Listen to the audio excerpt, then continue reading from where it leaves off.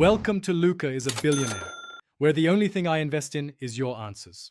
In this video, I will explain how to make gravy sauce. Begin by collecting pan drippings or melting butter, then sprinkle in flour and cook until nutty brown, stirring constantly. Slowly whisk in warm stock a ladle at a time while maintaining a simmer, and season with salt and pepper to taste. Finish with a splash of cream or soy sauce for depth, then strain for a silky texture and serve hot.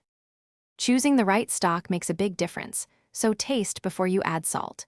Use unsalted homemade or low-sodium store-bought stock to control seasoning, and pick chicken for mild, beef for rich, or vegetable for a lighter option.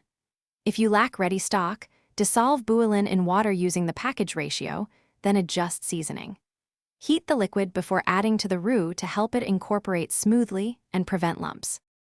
If you're finding this helpful, please subscribe and like to support the channel.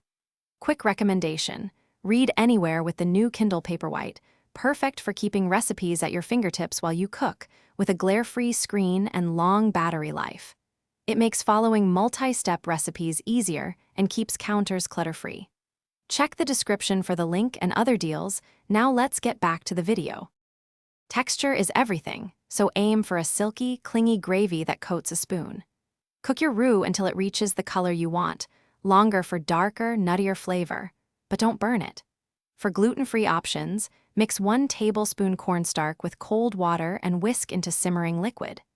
Simmer gently until the gravy thickens, tasting and adjusting seasoning, and always hold a little back to thin if it becomes too stiff.